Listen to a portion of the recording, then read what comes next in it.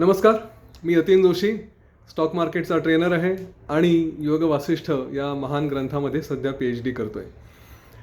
तर stock market आणि अध्यात्म यांचा काही संबंध आहे का?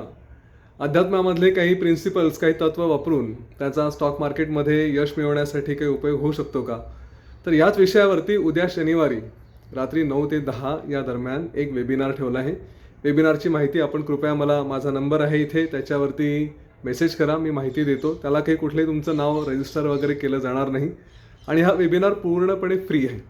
त्यामुळे या 1 तासासाठी जस्ट हे बघा की अध्यात्मातले तत्त्व आहेत, त्यातल्या त्यात योग वासिष्ठसारखा विशेष ग्रंथ, त्याच्यातले जे काही प्रिन्सिपल्स आहेत त्यांचा उपयोग स्टॉक मार्केटमध्ये यश मिळवण्यासाठी कसा होऊ शकतो, त्याचा फायदा कशा पद्धतीने करून घेता येऊ शकतो, हे जाणून घेण्यासाठी या वेबिनारमध्ये अवश्य या. आणि इतर सगळ्यांनाही हा व्हिडिओ आणि हा मेसेज शेअर करा. माहिती इथे दिलेलीच आहे. वेबिनारची लिंकसाठी फक्त मेसेज करा. धन्यवाद.